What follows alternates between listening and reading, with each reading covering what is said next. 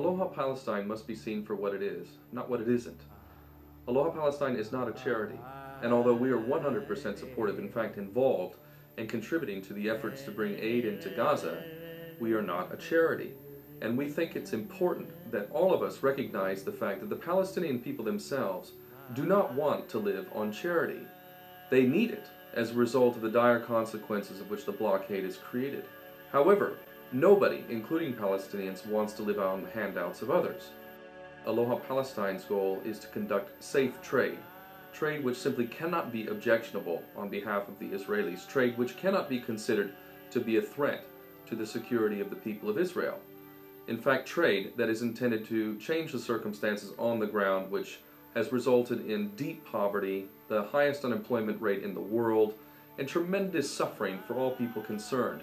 Situation which doesn't allow for the free movement of goods or travel amongst people, including those who are students with scholarships abroad who are unable to attend and further their educational careers, people who require urgent medical care, unable to travel.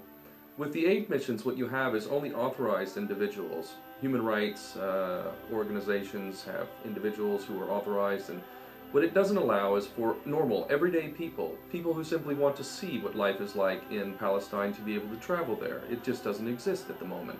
Furthermore, the people of Gaza to have the right to be able to travel outside of Gaza. A trading company like Aloha Palestine will change that.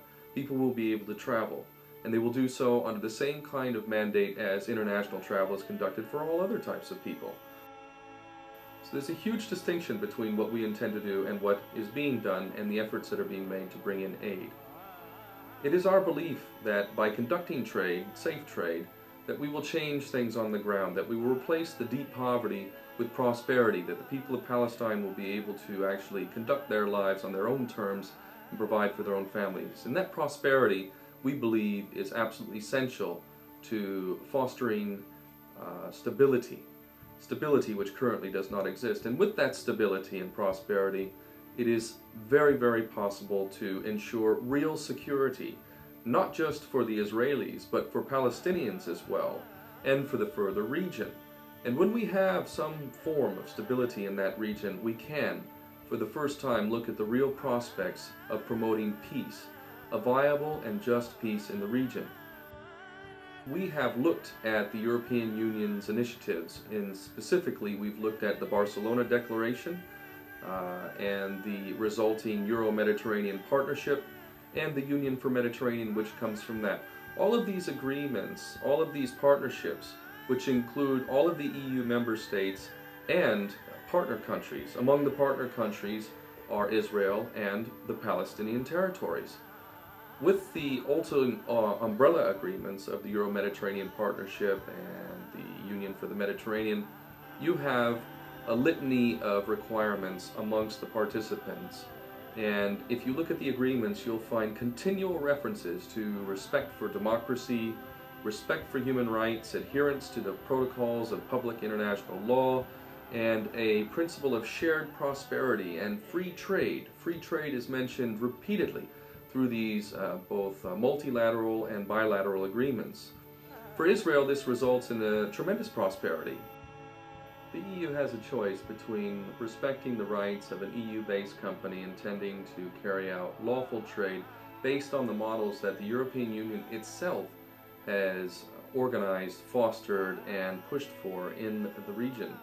It has a choice between supporting the rights of an EU-based company, respecting and honoring its agreements with the Mediterranean partner countries, or going from tacit consent with an illegal blockade of Gaza by the Israeli government to actually actively participating in the blockade of Gaza.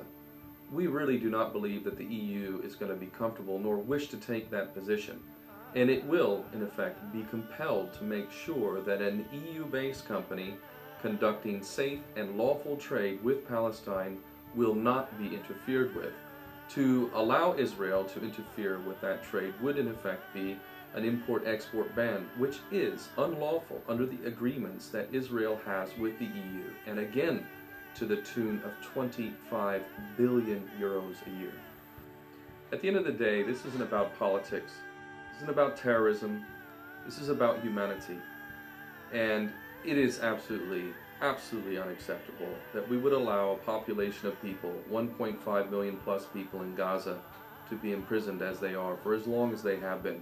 But even worse than that, amongst that population, 800,000 plus children. 800,000 plus children. The day of allowing these children to be traumatized and imprisoned as they are must end, and it must end without haste. Aloha Palestine has a clear-cut role in helping the process of ending that reality, and we intend to do just that.